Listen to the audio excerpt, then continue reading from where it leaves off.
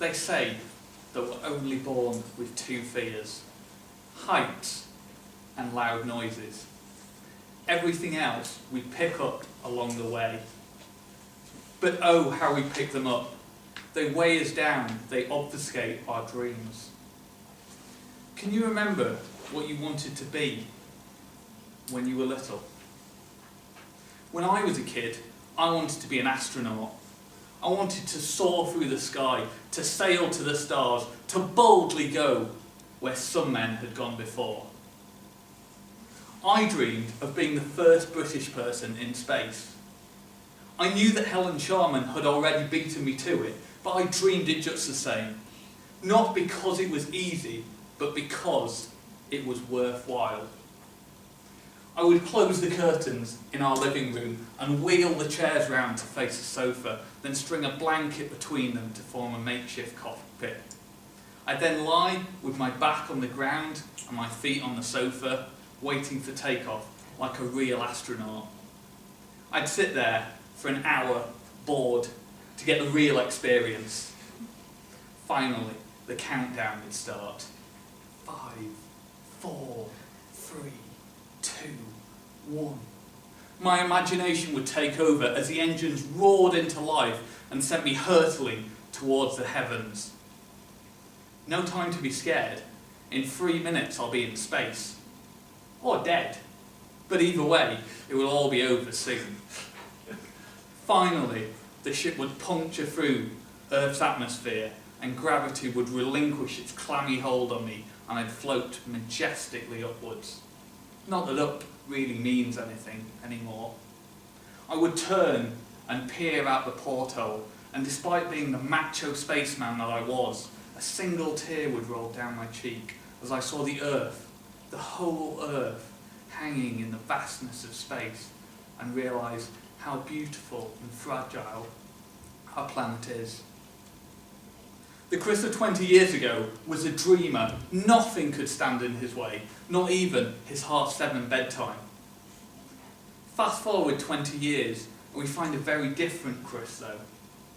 Sure, he seems confident, self-assured, even refers to himself in the third person. But I'm not exactly your average Toastmaster.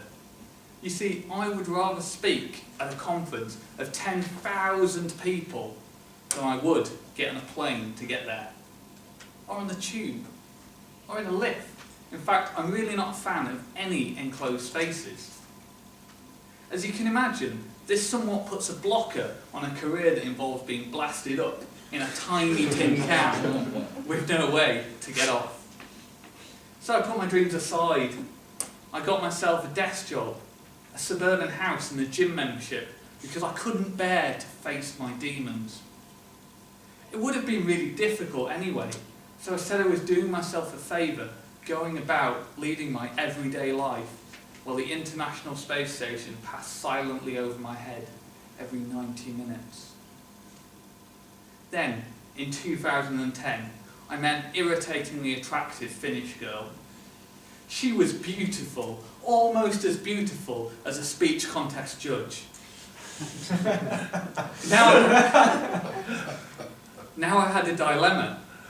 If I wanted to continue a relationship with her, I had to get on a plane. I thought long and hard about it and decided I'll break up with her. But she looked into my eyes and she said, "Chris," I don't know why she has an American accent, she said, "Chris, if you walk away now, your fear will control you for the rest of your life. And you will never write a moving Toastmasters speech." She was right. I could no longer run away. I went on the Flying Without Fear course, a day session designed for nervous flyers. As the time to take the flight approached, I ran up to one of the instructors and I said, "Look, I'm really nervous. I mean, in any group there must be one person who's more afraid than anyone else. I think that's me." He put his hand on my shoulder. He looked into my eyes and he said in a calming, reassuring voice, "Son, everyone feels that way." But as we headed towards the airport, it became clear that I was that person, the one person that makes everyone else feel better. As we walked onto the runway, my legs turned to concrete. I felt like I was Frodo trying to drag the ring to the fires of Mount Doom. Somehow, they talked me onto that plane.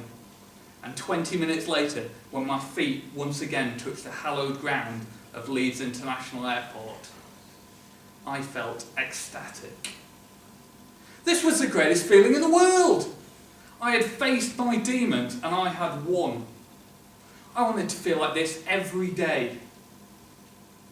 On that day, I remembered that the things worth fighting for are never easy, but they are always worthwhile. On that day, I decided to try and make every decision with the passion and the conviction that little Chris would have made them with, without all the baggage that I've picked up along the way. When you have a decision to make, something that's causing you anxiety, a chance to follow your dreams, imagine what your 6-year-old self would do. Would they take the path that was easy, or would they take the path that was worthwhile? Madam Contest Chair.